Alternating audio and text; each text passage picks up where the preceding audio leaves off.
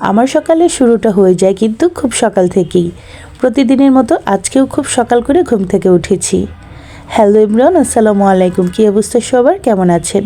আমি সোনিয়া আবারও হাজির হয়ে গেলাম আপনাদের সামনে আরেকটি নতুন ব্লগ ভিডিও নিয়ে। সকাল সকাল ঘুম থেকে উঠে বাচ্চাকে ঘুম থেকে জাগিয়ে নিয়েছি।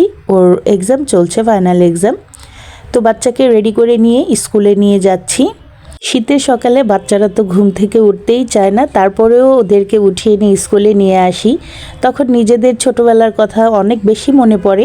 ছোটোবেলায় তো আমরাও এমন করতাম, ঘুম থেকে উঠতে চাইতাম না, মা জোর করে ঘুম থেকে বারবার জাগিয়ে তুলতো। তো বাচ্চারাও এখন তেমনটাই করে, আর সেই পুরনো স্মৃতিগুলো মনে পড়ে যায় আমার। তো বাচ্চাকে স্কুলে দিয়ে তারপর আমি মর্নিং ওয়াকটা শেষ করে দেন বাসায় চলে আসি। আর বাসায় আসার সময় যা কিছু লাগে আমি সবসময় নিয়ে তারপরে বাসায় আসি। দেখা গেছে প্রতিদিনের যে সবজিটা আমি রান্না করি সেটা আমি নিয়ে তারপরে বাসায় চলে আসি। তো আজকেও বাসায় যখন দেখেছি ফ্রিজে ডিম ছিল না, আসার সময় ডিম নিয়ে এসেছিলাম। তারপর একটা ঝুড়িতে তুলে এটা আমি ফ্রিজে রেখে দিলাম। তারপর ঘরে কিছু কাজ ছিল সেগুলো সেরে তারপর আমি দুপুরে রান্নাবান্নায় চলে আসি। আজকে মোরগ পোলাও রান্না করছি। আমার ছেলে মোরগ পোলাও খেতে চেয়েছে, আর আমি চেষ্টা করি ওরা যেই খাবারটা পছন্দ করে ওদেরকে সেটা তৈরি করে দেওয়ার। তারপরে এখানে আমি চিকেন রোস্টটা রান্না করে ফেলেছি, মানে মোরগ পোলাওয়ের যে মাংসটা রান্না দরকার ছিল সেটা আমি অলরেডি করে ফেলেছি। দেন এখন শুধু পোলাওটা রান্না করাটাই বাকি। দেখেন চিকেনের কালারটা কতটা সুন্দর লাগছে, আর মাশাল্লাহ সেদিন এটা খেতেও বেশ মজার ছিল।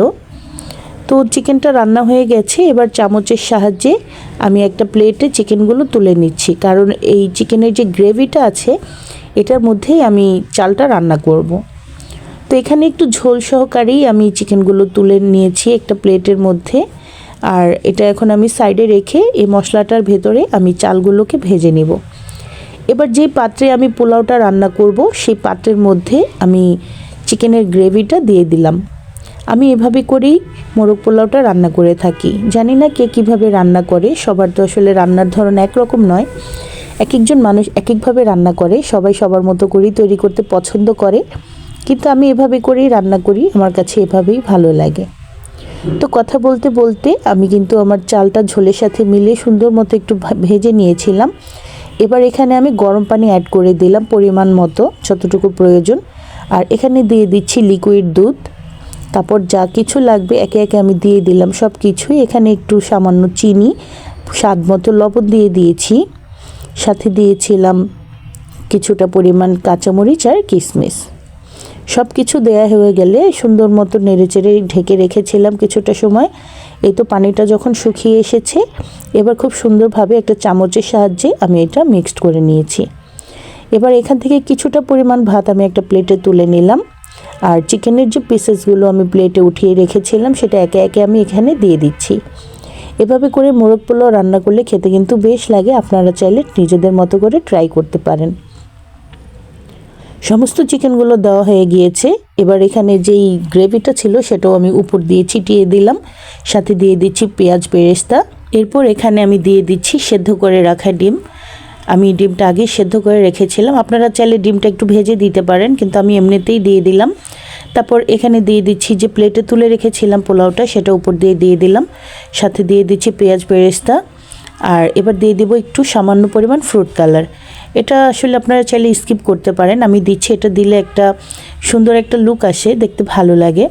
আর বাবুর্চিদের একটা স্টাইল আমার কাছে মনে হয়, এজন্য আমি আসলে দেই। তারপর এটা দমে রেখে দিয়েছি, এর মধ্যে সালাদ কুচি করে নিয়েছি। আর দেখতে দেখতে আমার মোরগ পোলাও রান্নাটা কিন্তু একেবারেই ডান। দেখেন দেখতে কতটা লোভনীয় লাগছে, আর খেতেও কিন্তু বেশ মজার ছিল। তো রান্নাবান্না শেষ করে এবার দুপুরে খাওয়া দাওয়ার পালা। বাচ্চারা তো অস্থির হয়ে গেছে, কারণ পুরো বাসা একদম মোরগ পোলাওয়ের ঘ্রাণে মৌ মৌ করছে। তাই দ্রুত বাচ্চাদেরকে খাবারটা দিয়ে দিলাম। গোসল নামাজ শেষ করে একটা প্লেটে আমার ছেলের জন্য খাবারটা তুলে দিলাম। বাচ্চা দেখেই তো অনেক বেশি খুশি হয়ে গেছে, অনেকবার থ্যাংক ইউ বলেছে যে আম্মু ধন্যবাদ তোমাকে এত মজার একটা রান্না আমাকে করে খাওয়ানোর জন্য। তো ছেলেকে খাবারটা দিয়ে এবার নিজেও খেতে বসেছি এবং মজা করে রান্না করা খাবারটা খেয়ে নিলাম। আলহামদুলিল্লাহ, সেদিনের খাবারটা সত্যিই খুব মজার ছিল, খেতে খুব ভালো লেগেছে। তারপর সন্ধ্যার দিকে আম্মুর বাসায় আসি। এখানে এসে খুব মজার একটা আইসক্রিম খেয়েছি। আইসক্রিমটা যে এত বেশি মজার ছিল আমার কাছে তো খুবই ভালো লেগেছে। এমনিতেও তো আইসক্রিম খুব পছন্দ করি, তার ভিতরে এত মজার একটা আইসক্রিম, খেতে এটা খুবই মজার ছিল। তো এই ছিল আমার আজকের ভিডিও। যারা ধৈর্য ধরে পাশে ছিলেন সবাইকে ধন্যবাদ জানাচ্ছি এবং আমার নেক্সট ভিডিও দেখার আমন্ত্রণ জানিয়ে শেষ করছি। আল্লাহ হাফিজ।